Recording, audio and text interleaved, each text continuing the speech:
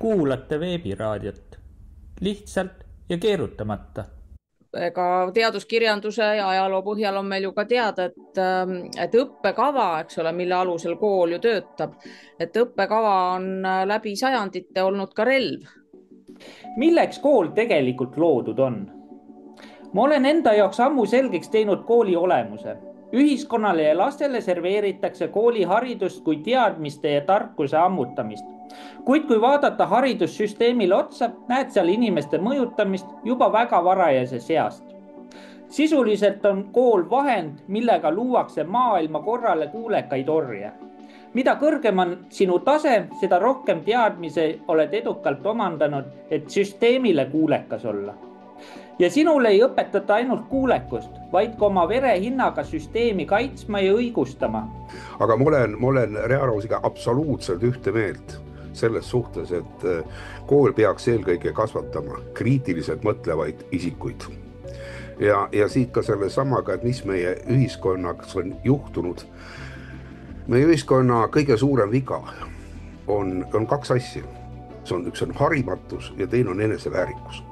Kui meil puudub eneseväärikus ja kui me ei ole haritud, siis on muidugi probleemid taevani. Ja ma ei tea näiteks, kuidas on võimalik üldse koolis midagi sellist praegu teha, sellepärast et see on süsteem. Nii õpetajad on süsteemi ohvrid, nii lapsevanemad on süsteemi ohvrid, sest nad ka ei oska paljudel juhtudel oma lastele tuua välja väga lihtsa põhitõe.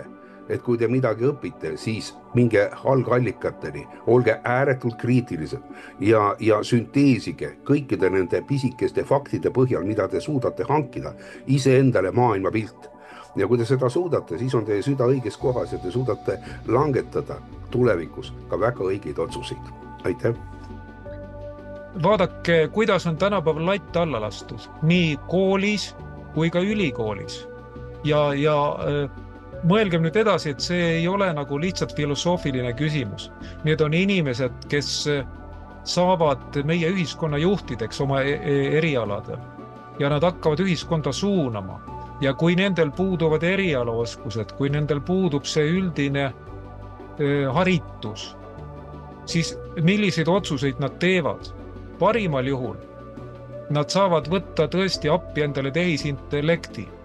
Aga kui see tehisintellekt on programmeeritud, kui see on tehtud, nagu Harri kirjeldas, et oodatakse talt teatud õigeid vastuseid, siis ka tehisintellekt jääb probleemide lahendamisel hätta.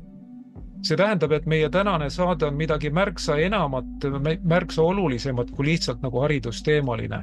Ja et inimene, kes tahab, saab harida ennast, ta ei saa selle taha pugeda, et globalistid tahavad nõmestada ja nüüd ma olen sunnitud olema nutitelefoni sõltlane, olen sunnitud muutuma ajukääbikuks.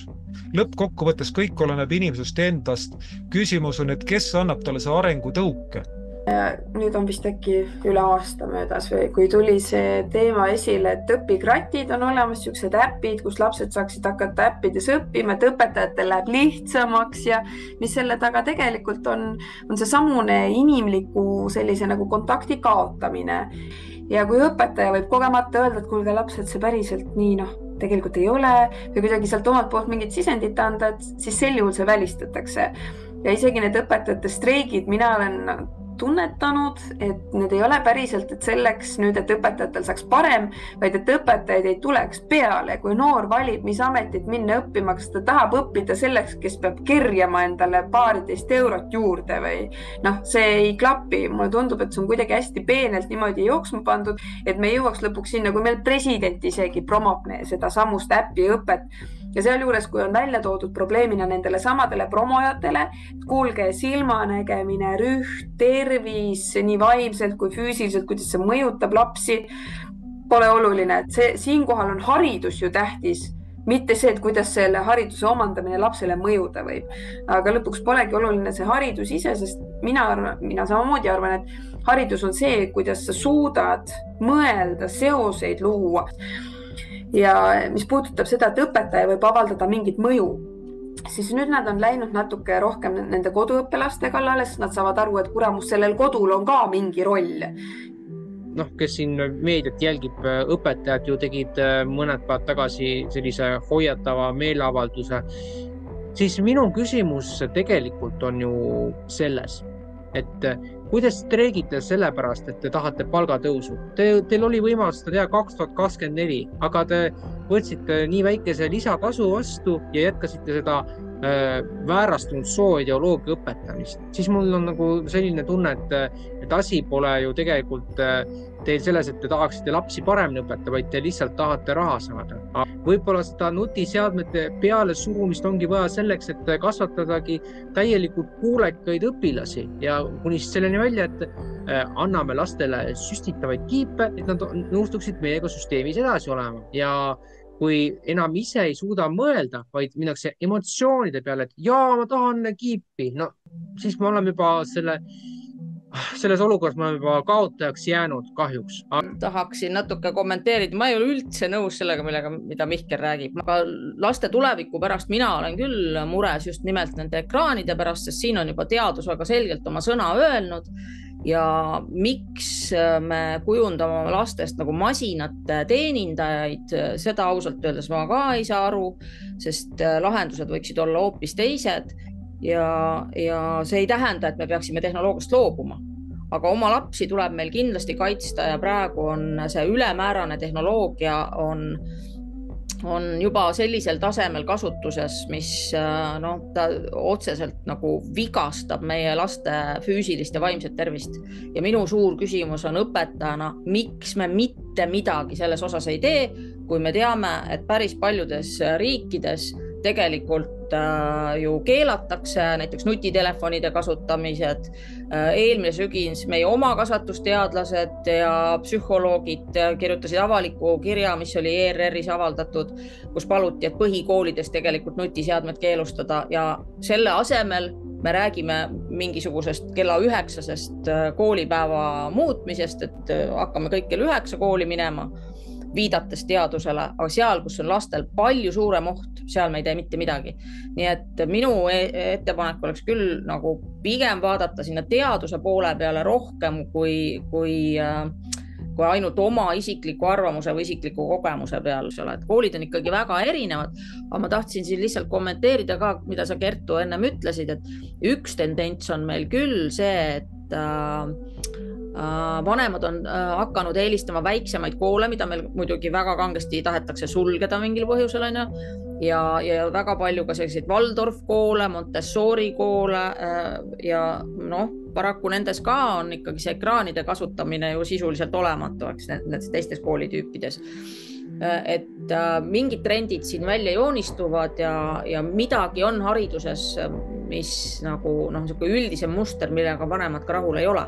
Ja võt see on huvitav küsimus. Ja siis paneme siia kõrvale, et kui inimene täie tähelepanuga jälgib mingit jama nutitelefonis, kulutab oma nägemist, kulutab oma aega tähelepanu, siis selle võrra vähem temal jääb värskust mingite tõeliselt oluliste asjade õppimiseks ja meeldejätmiseks.